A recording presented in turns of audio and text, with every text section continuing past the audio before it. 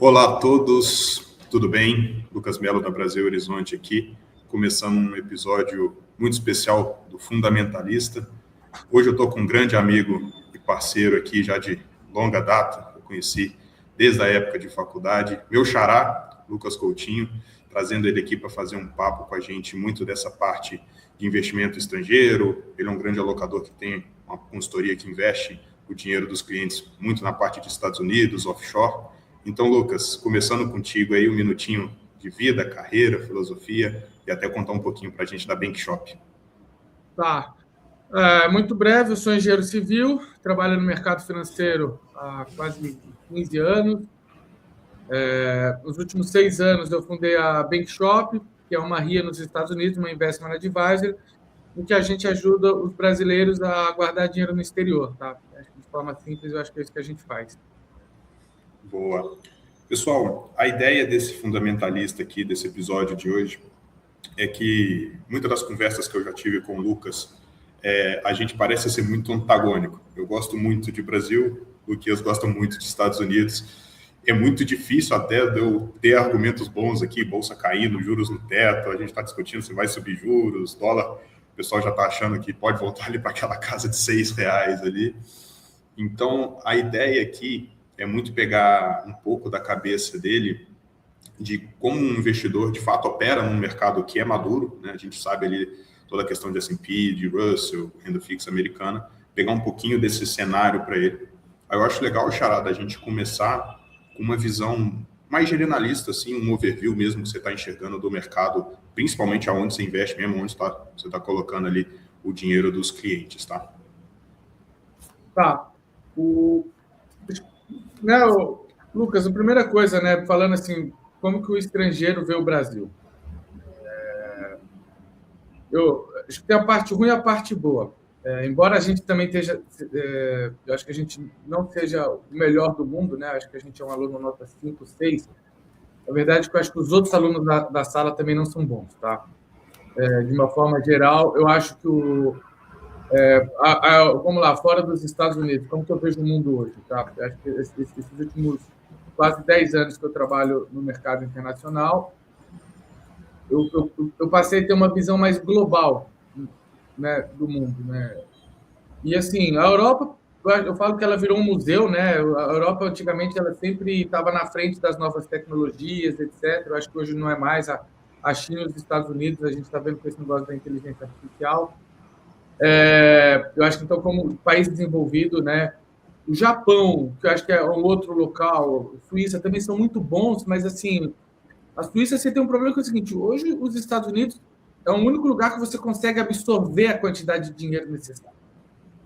Você tem lugares muito bons, mas eles não conseguem, né, absorver. Hoje 60% do patrimônio do mundo está nos Estados Unidos. E fala assim, para você ser uma moeda forte, você tem que ter 3 coisas. Você tem que ter escala, eu acho que a Suíça falta isso. Você tem que ter segurança jurídica, aí é um ponto que eu ia falar do Brasil. E você tem que ter livre mercado, você ir e entrar com facilidade. A China, você não tem esse livre mercado, você não consegue operar na China com essa facilidade. Então, você tem esse problema. A China, você tem esse problema do governo, que fala assim, as restrições para se investir lá. O outro concorrente nosso seria a Rússia. Cara, não precisa nem falar. Né? A Rússia é um país que está em guerra. Né? Como é que, há 2 anos atrás, o McDonald's fechou todas as operações. Essa é a visão do americano da Rússia. Aí, um outro concorrente nosso é a Índia. Cara, a Índia, ela, embora vai ser o maior país do mundo, tal, lendo um artigo uma vez, ela também não é fácil de fazer negócio. É um país muito dividido em castas, tal. Então, assim, eu particularmente não conheço muito bem, mas também não conheço muitas empresas que operam lá, a gente que opera no mercado indiano.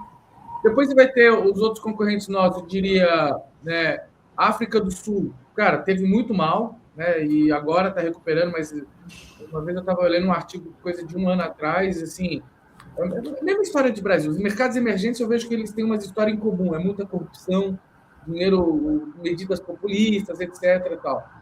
Eu acho que o mais próximo do Brasil hoje é o México, que está indo muito bem. Tá? Acho que o México tem essa vantagem que está próximo dos Estados Unidos. E aí depois a gente olha a América Latina como um todo, né? Hoje, né, mandei aqui no grupo da família que eles elevaram o rating da Argentina, mas já você começa a escutar histórias que o milênio começa a reconduzir. Então, assim, nessa visão, o Coreia do Sul que é um emergente que está indo super bem, que eu acho que já não é mais emergente. Então, nessa pergunta, como é que eu acho que o mundo vê o Brasil? Eu acho que de duas formas, né? A primeira é que eu acho que, poxa, tem ativos bons. Eu acho que o Brasil, durante muito tempo, tem uma curiosidade que, assim, uma vez eu vi um estudo, o Brasil representa 3,5% do PIB global. A nossa bolsa, em termos de alocação, estava em 1,5%. Ou seja, a gente tinha um underweight, né? A gente deveria ter 3,5% da alocação global em ações. A gente não tinha. E acho que nesse sentido você vê, faz sentido. O Brasil ficou muito barato, tá? Mas ao mesmo tempo, eu acho que talvez tenha um viés por acompanhar um pouco mais. Eu vejo algumas coisas aqui que eu acho um absurdo. Por exemplo, agora a gente tá tendo algumas recuperações judiciais. Tá? A gente está vendo o caso da Raizen, o caso da Braskem, lojas americanas, Grupo Pão de Açúcar. Isso é essa semana no Valor. E os caras reclamando que o modelo de recuperação não está sendo justo. E eu tinha uma dívida de um cliente nosso, de uma empresa brasileira, e ele me perguntou, eu falei, olha, cara, eu tive um problema com a Dish nos Estados Unidos, e o que o cara tentou fazer? Eles tentaram pegar a parte boa da empresa, vender para outra empresa, e a parte ruim ia deixar para os credores os debenturistas, né? Os bondholders iam se ferrar. Cara, o Trump entrou nesse negócio e falou, não, você não vai fazer isso. A dívida que estava $60, $30, voltou a 100. E aqui no Brasil essas coisas a gente vê acontecendo. Então, acho que essa insegurança jurídica, assim, nesses detalhes, pô, o cara, né, você está segurando a dívida, eu tô com um caso até da dívida da Braskem, né? Cara, o escrito falou, olha, teoricamente a Petrobras teria que colocar dinheiro, ou ela parte, devolve um pedaço da empresa para os bondholders. Agora, assim, o que não dá é a Petrobras ficar uma empresa que vale 8 bi e dar calote na dívida, né? Não faz sentido nenhum. Então, e algumas vezes a gente vê algumas coisas assim acontecendo, sabe? Eu acho que isso o Brasil ele sempre teve uma insegurança tanto jurídica, política, monetária, fiscal, que eu acho que faz com que o estrangeiro ele entra aqui que nem como se eu for tomar um banho gelado no inverno, né?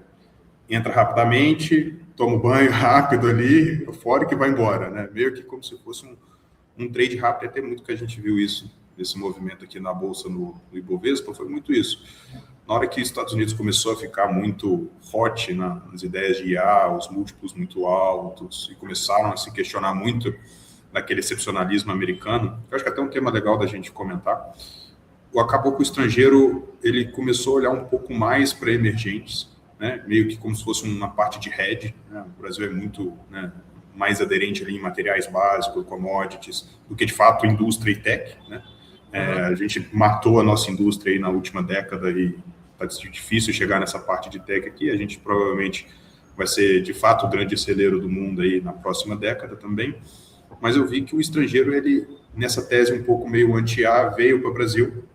Ele entrou com muito dinheiro aqui, fez a nossa bolsa, sei lá, né, quase a 200 mil pontos ali, deu um belo de um alívio no mercado, mas me parece agora que esse trade acabou de sair do banho, né? Ele entrou, tomou o banho dele, né? Entrou aqui com o dólar caindo globalmente, que é a ideia do Trump, né, de ter um dólar mais fraco global, etc., até mesmo para facilitar a parte de reindustrialização e economia dele ali.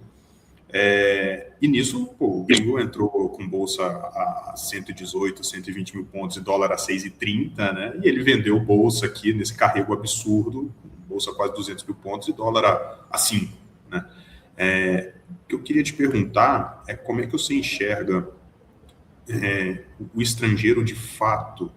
Ele olha para o Brasil e fala assim, o que precisa melhorar aqui dentro para a gente conseguir trazer um pouco mais de estabilidade, seja política, fiscal, monetária, né? A gente está aqui num impasse danado, né, que a gente vinha, foi o segundo corte de juros, né, esse segundo ciclo de corte de juros aí que, né, não vai se concretizar, né?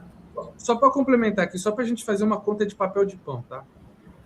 O PI da Bolsa Brasileira está quanto hoje? 8, 9? 8, redondo, olhando forward 27, 8. Tá. A Bolsa Americana deve estar rodando em... Eu estava pesquisando aqui, cara, Earnings S&P, tá? Deve estar no 23, ou seja, A gente está falando que a Bolsa Americana hoje, ó, pegando aqui, ó, a Bolsa Americana hoje está 3 vezes mais barata. Então, o PI de 20, por que o PI de 20 é um número bom? Porque 100 dividido por 20 é 5%. Essa é a taxa de retorno. Se você pegar a Bolsa Brasileira e fizer a conta de, né, ao contrário, então vamos falar 8, 100 dividido por 8, a gente está uma taxa de retorno de 12,5%. Ou seja, é muito melhor a taxa de retorno.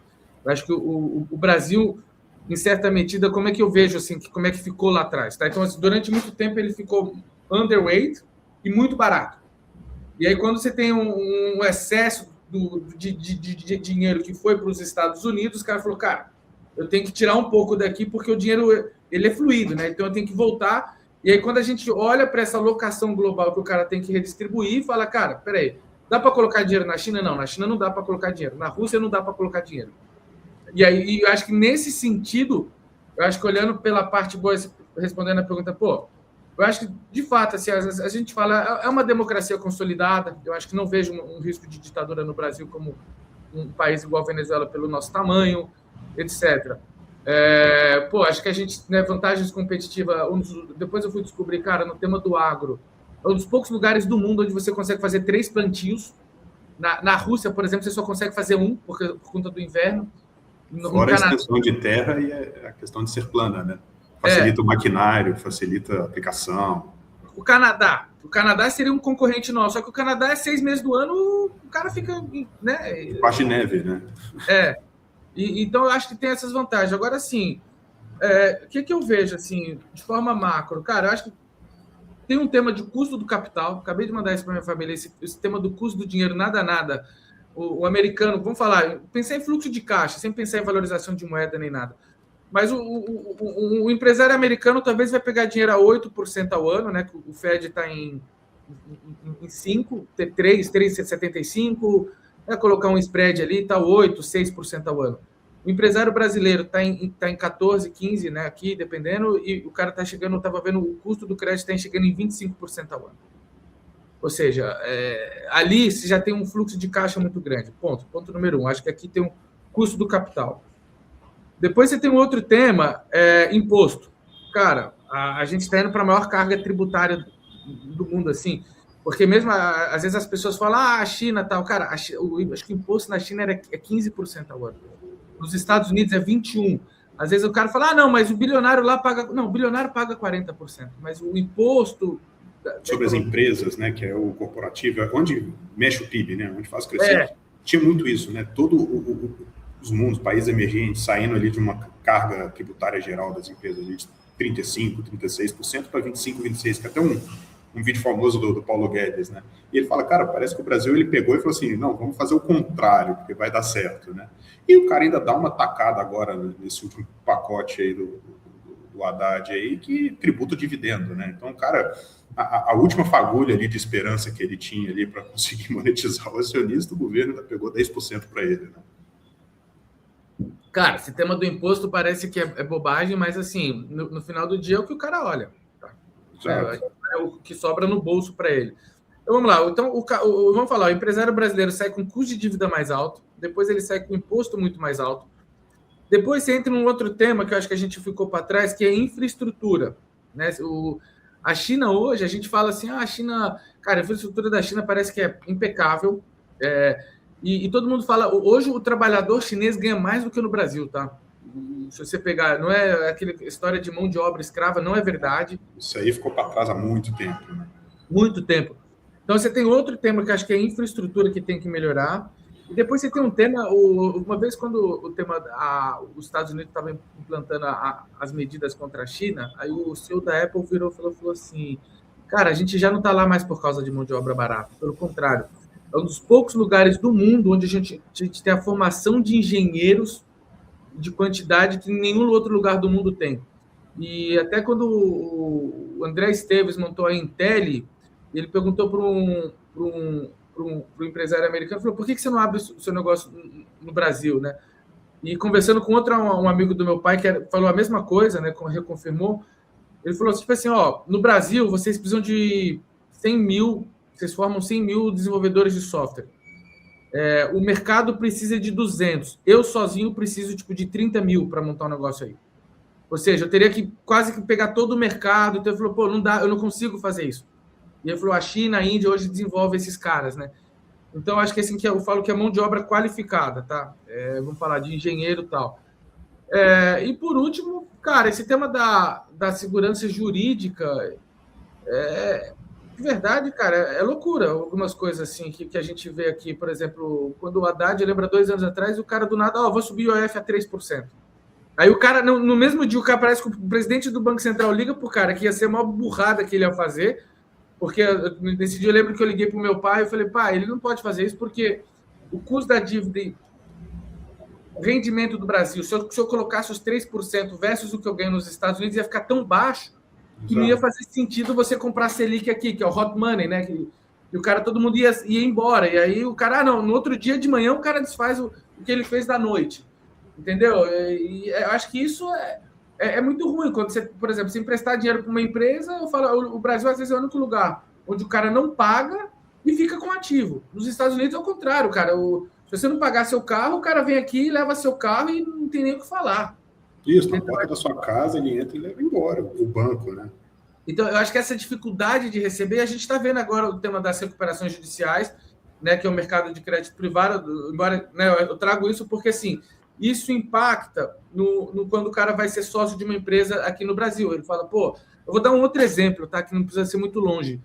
Você lembra o caso da Paper, alguma International Paper, que teve da Suzano? Eu lembro, eu tinha...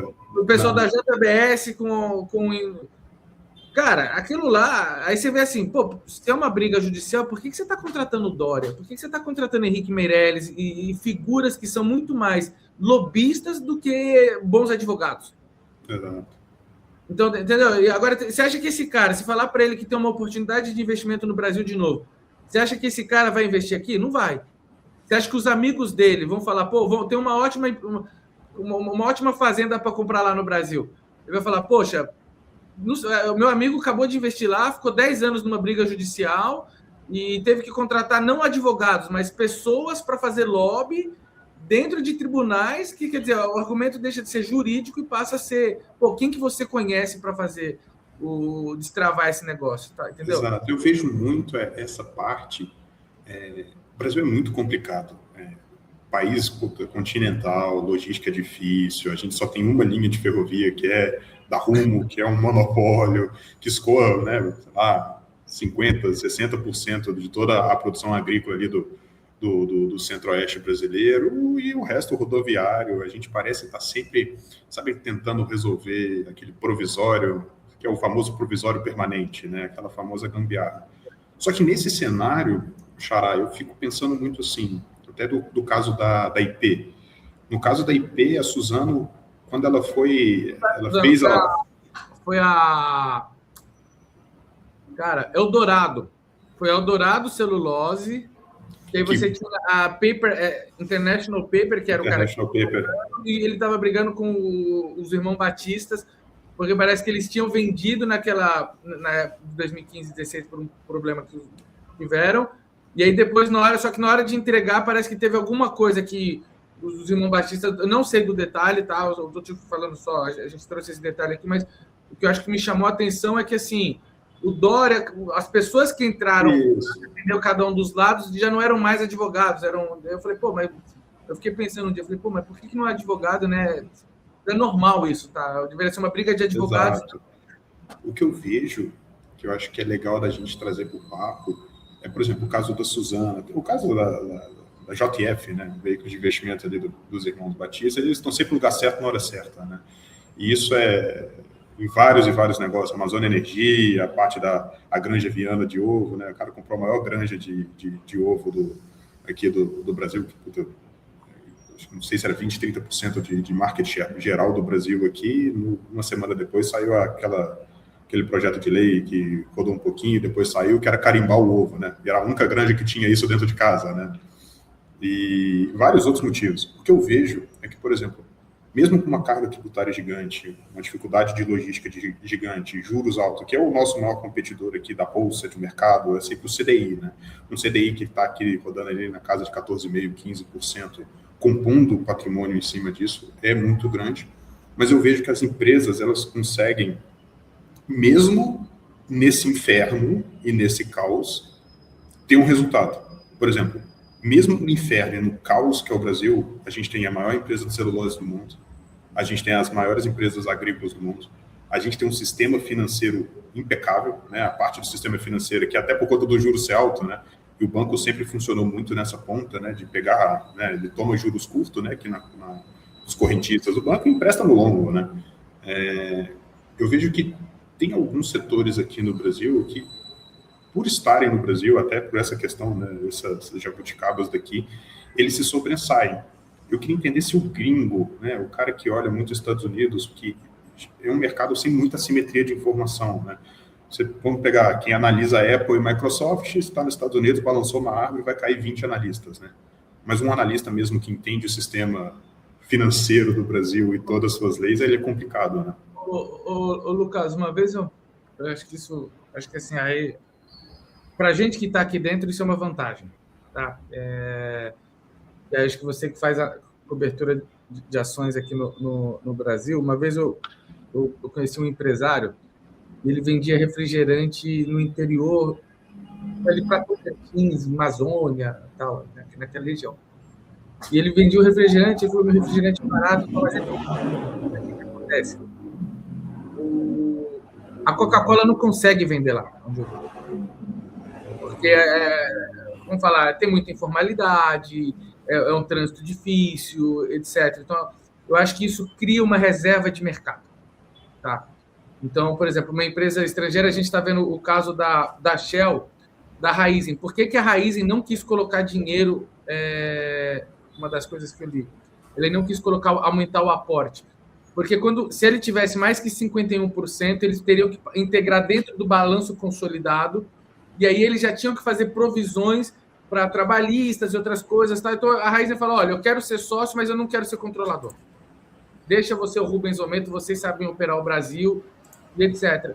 Eu acho que o empresário brasileiro, cara, ele todas essas dificuldades que nos traz, eu falo assim, como se fosse aquele mataram os corredores da África, né? O cara tem que jogar um jogo com juros mais altos, com o governo atrapalhando, com inflação, com excesso de Estado, com infraestrutura baixa, ou seja, os empresários ficam muito bons. Então, acho que ele fica tão bom que primeiro, ele cria uma reserva de mercado que você tem hoje, né? Você pega o tema da JBS, que eu acho que é um bom exemplo, tá? Não estou falando mal aqui, não, falando super bem, que operam super bem, então, tanto que é um dos maiores operadores de carne do mundo, parece que eles são muito bons na operação. Você pega o caso da Suzano também, que é um outro exemplo. Você pega o Itaú hoje, eu acho que é um dos melhores bancos do mundo, porque, cara, ele vem de um cenário tão adverso que talvez o concorrente dele lá dos Estados Unidos não tenha, tá? Então, ele acaba desenvolvendo maiores tecnologias, etc. E tal. Então, eu acho que isso também, você ter esse olhar clínico, assim, sabe? O olhar melhor. Por exemplo, você que analisa empresas, talvez você vai olhar detalhes que o investidor americano não precisa olhar lá nos Estados Unidos, que é, por exemplo, se o balanço está correto ou não. Entendeu? Lá talvez já parte mais do pressuposto que a chance de você encontrar fraudes no balanço é muito menor, porque lá se você... Eu falo o caso do Banco Master, cara... A SEC, ela funciona, né?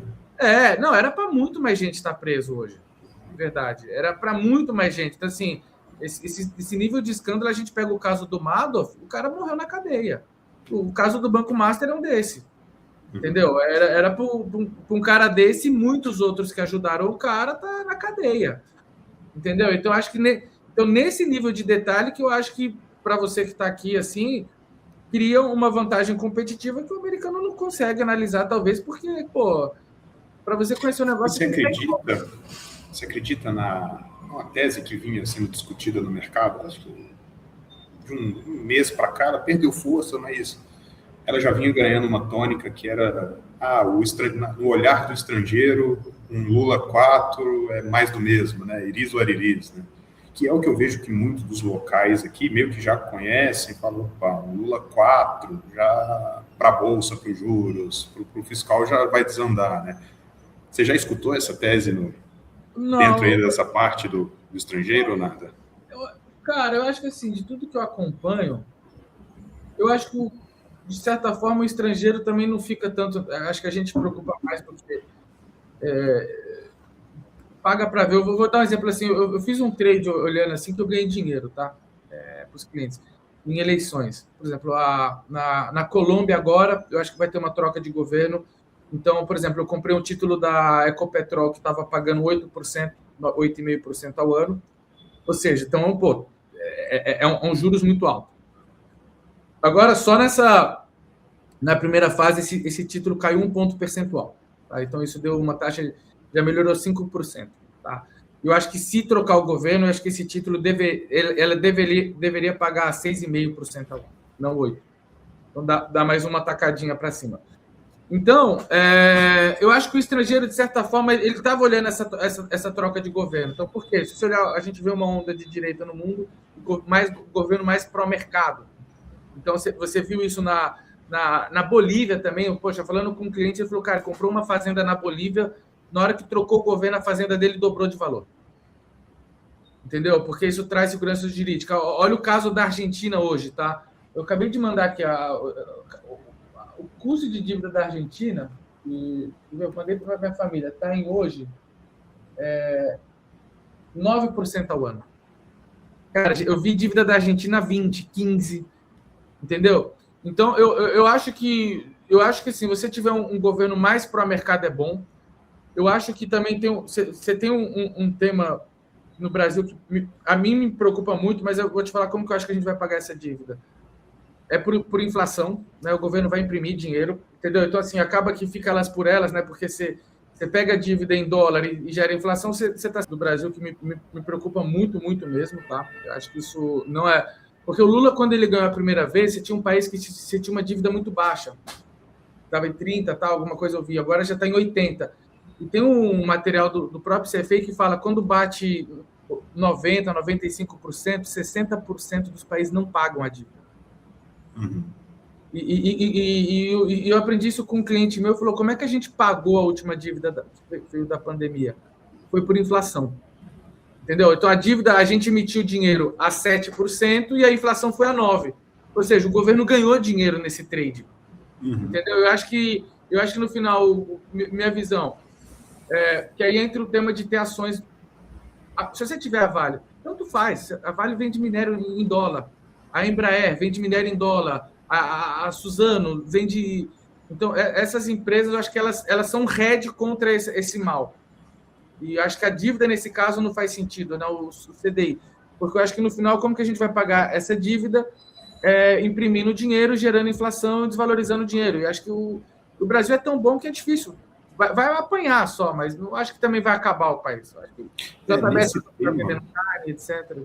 Até colocando aqui, puxando um pouco a sardinha aqui rapidamente, isso aqui é uma carta que a gente faz aqui para os clientes da casa aqui, e o que a gente vem falando esse mês é exatamente a mesma coisa, tá? A gente acha que nesse primeiro gráfico da direita aqui, essa linha preta é o focus da inflação para 26 e o de baixo 27. Né? E a gente acha assim, olha, uma hora esse gap vai fechar. Né? Não tem por que ter uma inflação acima de 4,5, chegando quase em 5 de 26 e do nada em 27 ela volta, né, para dentro da meta. Né? E a gente vê que esse movimento de juros globais, né, de ter um juro real mais alto, ele vem seguindo no mundo inteiro, o Brasil não é diferente. Mas o grande ponto que você falou, e eu acho que é isso mesmo, o nosso calote, ele vem pelo lado inflacionário. Uma vez que o dólar começa a disparar, eu lembro muito na época do famoso dólar a 6,30, que o governo começou a vender reservas, né, para segurar o câmbio, foi aquele caos danado, aí o dólar até conseguiu dar uma voltada ali para 5,80, né, e o nosso ministro da Economia falava, calma gente, vai acomodar, né, e foi um baita de um tiro no escuro, né, que ele deu, ele não sabia que essa tendência de dólar fraco no mundo ia acontecer, aconteceu, salvou a pele dele, né? Mas um ponto que teve uma carta no mercado, eu acho muito bacana, da Adam Capital, falou que, olha, independente que seja o motivo de um dólar mais forte, seja problema brasileiro, ou seja um dólar mais forte por IA, por conta dos IPOs da SpaceX, Anthropic, GPT, essas coisas, se o dólar ficar mais forte no mundo, não tem como segurar a inflação brasileira. E se não tem como segurar a inflação brasileira, é isso. O cara está emitindo NTNB, ali, IPCA mais 7, mais 8, e vai ser uma inflação muito maior do que isso que a gente está tendo atualmente. E ele corta essa grande parte da dívida dele fazendo esse trade inflacionário, que é onde a gente acredita que essa parte desse tipo de alocação, que são os ativos reais, né, querendo ou não, essa parte a gente fica muito medo, porque a gente falou assim, poxa, vamos pensar, eu não quero estar no cara alavancado porque os juros vai subir, né, o cara vai tomar na despesa financeira a rodo, né? Também não quero estar muito nas empresas dolarizadas, porque essas empresas dolarizadas aqui no Brasil receberam muito fluxo de estrangeiro, que está saindo. Então, capaz de, né, contra fluxo no argumento. Né? Então, se eu não quero estar nas alavancadas domésticas aqui, eu não quero estar muito na dolarizada, achar empresa na Bolsa hoje que é de fato um ativo real, que repassa a inflação, seja global, que não surfou rally e que não é alavancada aqui no Brasil, tá complicado, tá difícil, porque é o pessoal que, não, né, teoricamente, não vai cair nesse cenário adverso. Mas limpando esse cenário adverso, a gente caminhando aqui para o fim, se a gente resolve tudo, vamos colocar, a gente tem uma transição eleitoral, a gente resolve as contas fiscais, essa gastança desenfreada que a gente está, a gente consegue vislumbrar, não vou falar nem que a gente vai cortar juros, tá? Mas vamos voltar para um juro real um pouco mais saudável, né? Porque a gente pegar uma inflação de 7, um juros para dedéu, né? Juro real para dedéu. O que você acha que seria uma boa alocação Brasil? Puxando a sardinha, sabendo, te conhecendo, eu sei que você já foi numa feira agrícola também, acho que é legal falar disso. O Brasil consertando, você acha que ele se reindustrializa e a gente tem, de fato, um país forte aqui de varejo, esses setores mais domésticos, né? Não estou falando para a gente fazer aquele trade ali de vou ganhar dinheiro na bolsa, estou falando aqui uma tese mais longa, tá? O que você acha que pode surpreender o mundo caso o Brasil melhore? Vou fazer uma conta aqui, papel de pão, tá? Estou vendo aqui, estou procurando a bolsa da Argentina, depois dá uma olhada. A última vez que eu vi, ela cresceu 3 vezes. Cara, eu acho que fazer conta de papel de pão, você falou a Selic, se o Brasil está em... Se a Bolsa Americana está em 20, o Brasil deveria ser negociado com, vamos falar, 30% de desconto, a 14%. Se a gente fosse um país bom, a gente deveria ser negociado 20% de desconto, 85%, que já está ótimo. Tá? Então, fazendo uma conta de papel de pão aqui, 20, né, que é a Bolsa Americana hoje, vezes 0,85 vezes, dá 17. Se a gente divide 17 por 8, a gente está falando que a Bolsa Brasileira poderia dobrar. Tá? É isso, sem considerar o preço, o lucro, né? Porque é o price per earnings, né? Então, se o lucro também dobrar, a gente quadruplica, né? Então, o que eu acho? Cara, eu acho que se o país fizesse correto, poxa, tem muito mato alto para fazer. A gente viu isso quando o Temer assumiu, cara, em 6 anos que teve ali entre Temer e Bolsonaro, não elogiando governos nem nada, acho que tem críticas para ambos os lados e tal, mas a parte econômica andou melhor. Tá? Eu acho que qualquer um que trabalha hoje no mercado também não dá para negar que falar que é a mesma coisa, não é. Tá? Então, eu acho que, cara, o Brasil, eu acho que assim, você não precisa nem um Paulo Guedes para fazer o que vai ser feito. Acho que se você pegar um estudante de economia, de pós-graduado ali, já vai saber falar, cara, corta um pouco de gastos, baixa um pouco dos juros, né? O feijão com arroz, né, cara? Não é nem difícil resolver, né? Eu acho que, cara, e tem um potencial. Eu acho que o Brasil virou um tema da agricultura aqui, toda essa cadeia que vem por volta, que é muito grande. Eu acho que a gente tem oportunidade. Eu acho que as teses de AI, essas teses, eu acho que são teses de longo prazo, que eu acho que hoje a gente teria que melhorar o tema da universidade, que eu acho que, sabe, Eu acho que os Estados Unidos é o que é não só pelo acesso ao capital, entre outras coisas, mas, pô, hoje as melhores universidades estão nos Estados Unidos, o que faz desenvolver as melhores tecnologias. Eu acho que a China, hoje, em termos de educação, né, é tão boa quanto os Estados Unidos. Se você entrar lá no ranking das universidades, as universidades chinesas são muito boas. Então, eu acho que isso eu acho que é um negócio de longo prazo. Porque, como que eu vejo, né? O Ray Dalio, cara, até a gente está falando de alavancagem dos governos, esse livro dele aqui é muito bom. Eu acabei de ler esse ano, né? Qual o nome dele, do livro? Esse aqui é o novo dele, ó, como os países quebram, né? Então, ele vai explicando que são ciclos, né? Ele tem um negócio muito bom sobre ciclos. Cara, por exemplo, estou lendo esse livro aqui agora. Esse aqui é da SML, Focus e tal. E aí, pô, essa empresa que é uma das maiores do mundo de máquinas de microchip, na verdade, ela começa com um negócio da Philips. Então mais ou menos eu vejo assim, primeiro a gente faz uma indústria boa no agro, depois a gente começa a entrar com tecnologia, e aí isso demanda engenheiros, aí eles saem da faculdade, daqui a pouco aquele cara que entrou na faculdade fala, pô, eu vou fazer um drone, entendeu? E aí vai entrando o desenvolvimento de novas tecnologias, mas primeiro tem que fazer a fazenda, tá? Então acho que a gente ainda está nesse capítulo aí de fazer a fábrica, tal. E acho que isso traz uma oportunidade aqui, porque é tanto mato alto, cara, só uma curiosidade que eu estava lembrando. Quando os gringos vieram, parece que eles foram para as grandes empresas. Eles foram para a Vale, Petrobras, as conhecidas.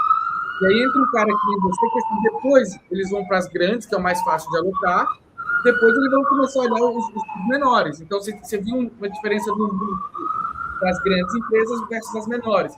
Porque quando você vai entrar numa bolsa, primeiro você vai por exemplo, eu vou comprar a Coreia do Sul, eu vou no índice. Eu não estou olhando as menores empresas que estão fora do índice da Coreia do Sul. Entendeu? Então, eu acho que... E aí entra o conhecimento que, cara... Agora você fala, Lucas, como é que você vai analisar as menores empresas da Coreia do Sul? Cara, eu não faço nem ideia. Não sei nem por onde começar. Então, eu acho que o índice ele é muito bom para quem não conhece, né, os ETFs. Mas, pô, se você conhece a fundo... Acho que dentro da Índia hoje deve ter oportunidades excelentes também, sabe? Se você for a fundo lá na Índia. Mas, poxa, eu não sei nem, né, por onde começar. Eu acho que é isso. Então, assim, eu acho que tem um mato alto muito grande aqui, o Lucas. Tem muita coisa para fazer, cara. E acho que quem sabe trabalhar igual você, igual a gente está falando. Então, o Brasil já vem com 15%, uma taxa de retorno de 25%. Se o cara for um bom analista, ele consegue encontrar coisas com 30%, entendeu? Porque ele vai vasculhar melhor, né? E eu acho que hoje está mais difícil hoje nos Estados Unidos, até pela competição. Exato. Aqui tem uma simetria muito grande, né, Xará? Que é muito... Essa parte assim que você falou, é isso mesmo. Quando o gringo veio, entra pelo EWZ, o EWZ vai comprar ali Petro, Vale, Itaú. Cara, e Petro, Vale, Itaú já é mais que 45% do peso do Ibovespa. Então, a gente tem, igual os Estados Unidos tem as Mag 7 lá, a gente tem as Mag 4, né? Que é Petro, Vale, Itaú, e coloca ali dentro alguma Axia, alguma utility, assim, para somar ali, vai dar 50% da bolsa. O Brasil é um país com muita oportunidade. O que eu vejo de Brasil, e o que eu gosto de Brasil, é que é um país muito simples de resolver, mas ao mesmo tempo muito difícil, porque a gente sabe de todos, né, os problemas que a gente tem, principalmente envolvendo a parte de Brasília, né? É um país que é complexo demais de operar pelo tamanho, tem muita oportunidade. Mas para a gente fechar aqui, se fosse para tu investir em um setor aqui no Brasil, vamos colocar com o cenário que a gente tem dessa foto que a gente tem hoje, se fosse para alocar em um setor aqui específico, você acha que é um setor que é um outlier, né, que o Brasil faz super bem, você falou muito bem do agro, dessas partes de matéria-prima, no que você colocaria seu dinheiro aí pelos próximos 30 anos? Lucão, pela vantagem estrutural que tem o país hoje, outra conversa que você fala das correlações, eu acho que, por exemplo, a commodity ela tem uma correlação negativa com a Bolsa Americana. Então, assim, eu acho que para o estrangeiro, eu acho que eu vejo muito valor no tema das commodities, tá? Porque se você pegar na crise de 2020, 21, 22, você pega o valor das commodities subiram muito e ele tem uma correlação negativa. E eu acho que pela vantagem competitiva que nós temos, eu acho que tudo que está em torno desse universo não significa que você tem que investir numa empresa agrícola, mas às vezes uma empresa de tecnologia que serve ao setor agrícola, entendeu? Então, acho que não não necessariamente assim, a agricultura em si ir lá e comprar fazenda, mas eu acho que tudo que talvez que está em torno desse universo, eu olharia, por exemplo, eu não olharia fábrica no Brasil, porque eu acho que a gente não consegue competir com a China hoje, entendeu? O custo de produção nosso está mais alto. Então, enquanto não ver resolver o problema de custo de produção, talvez eu não colocaria esse dinheiro. E ainda os caras tentam emplacar o fim da escala 6x1, né? Assim, facilitar ainda mais, né? Quando o chinês trabalha 24/7, o brasileiro não está trabalhando isso, entendeu? Custo mais alto, mais imposto, etc. Então, assim, eu acho que tudo que em torno desse universo não necessariamente precisa ser agricultura em si, mas coisas que, poxa, desde crédito. Crédito é uma operação financeira, mas você está dando para o agro, entendeu? Então, tecnologia, poxa, o tema de drone e tal, semente, que é biotecnologia. Isso é muito bacana. A gente tem um dado legal que a gente monitora bem, é que a área plantada do Brasil mesmo nos últimos, não sei se era 30 ou 35 anos, tá? Mas vai dar no mesmo. A área plantada, ela cresce de 0,7% a 0,8% o CAGR, né? Disso aí. Só que a produtividade de saca de soja por hectare cresceu a 2,7%. A gente cresceu, vamos colocar em termos práticos, pouca área plantada, mas a produtividade de saca de soja subiu astronomicamente, né? E é isso, é tecnologia, a parte da Embrapa, a parte de drone. Eu acho que, cara, se você pensar, o desenvolvimento de novas sementes, isso não é agro, vamos falar, isso é biotecnologia. Então, todas essas coisas que estão em torno desse universo que chama agronegócio, o que eu acho que faz mais sentido, sabe? E talvez eu acho que assim, tem uma oportunidade da gente verticalizar, só terminando, a cadeia, né? Então, assim, porque vamos falar, hoje a gente talvez, vende a carne crua, não, posso vender a carne melhorada, entendeu? A soja, né? Processar, né? Fazer o processo mesmo, né? Em vez de vender soja, vender o óleo, né, da soja. O comentário, pega o caso lá da Empasa, que fica ali perto do cara que ele fez com milho, fez o etanol de milho. Então, tudo que puder agregar valor em torno, entendeu? O cara vendia o milho. Não, agora eu vou vender o etanol, melhorou. Então, tudo que você puder agregar valor nessa cadeia, que eu acho que a gente tem uma vantagem competitiva, eu acho que são um negócio interessante. Aí, por exemplo, esse é um caso de indústria, né? O que eu falei que eu não investiria, não. Nessa indústria que agrega valor ao agro, talvez faça sentido. Agora, talvez eu falar uma indústria de semicondutor no Brasil hoje. Não tem como. Você não tem engenheiro, você não tem nada. É começar do zero. É difícil competir com Taiwan ou competir com os europeus em alguns outros lugares ou a China. Boa. Lucas, muitíssimo obrigado. Vou te deixar aí. Queria, para a gente fazer esse encerramento, essa conclusão, você falar um pouquinho da Bankshop, né?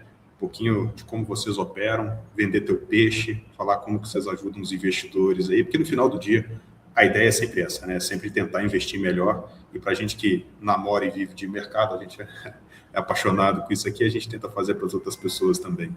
Eu acho, de forma resumida, eu acho que assim, o universo de investimento é muito grande. Eu acho que a gente tenta ser a parte que é o offshore, né? Que é recomendado que o cliente tenha parte do seu patrimônio dolarizado. E eu acho que a gente faz isso com maestria e a gente escolheu o modelo que a gente escolheu a melhor plataforma dos Estados Unidos, que é a Charles Schwab, que eu considero, e no modelo que é o fee-based, que a gente cobra direto do cliente. Tá? E, poxa, muito obrigado e bom falar com vocês. Boa. Pessoal, vou deixar tudo aqui embaixo da Brasil Horizonte, colocar também os links da Bankshop aí, o contato. Depois você me passa aqui no particular para a gente colocar tudo na descrição, viu, Lucas? Mas muitíssimo obrigado. Obrigado pelo papo. Tchau, gente.